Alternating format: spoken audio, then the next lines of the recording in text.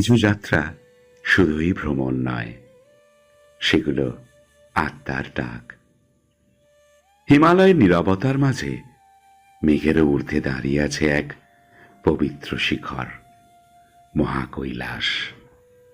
বিশ্বাস করা হয় এখানেই দেবাদিদেব মহাদেবের নিবাস, আর এই পর্বতের পাদদেশে চিরশান্তির আধার, মানুষ সরোবর হ্রদ।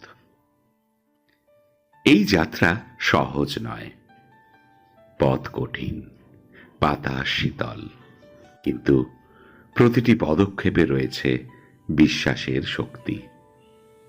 কাঠমান্ডুর কোলাহল থেকে কৈলাস পরিক্রমার নিঃশব্দতা পর্যন্ত এই যাত্রা বদলে দেয় মানুষকে ভেতর থেকে। এ শুধু গন্তব্য নয়, এ এক আত্মার তীর্থযাত্রা। স্বাগতম কৈলাস মানস সরোবর যাত্রায়।